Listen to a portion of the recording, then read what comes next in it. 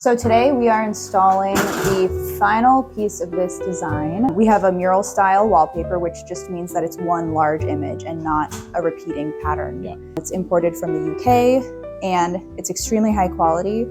The reason it's so high quality and the reason that murals tend to be more pricey is because it's a larger print. Yeah. You're basically just printing a huge piece of art. And the resolution's probably got to be really good. The resolution is wonderful. Yeah, you'll see as it starts to go up that the scale is really powerful. This is our jumping off point, but we'll put it on the wall. We'll see how it feels. Maybe we raise it a little bit. Maybe we lower it a little bit. Oh, gotcha. The frame of reference is a little tricky there, but they're very, very tall, which they make it that way so that you have a lot of play to decide on the placement. Awesome. Yeah.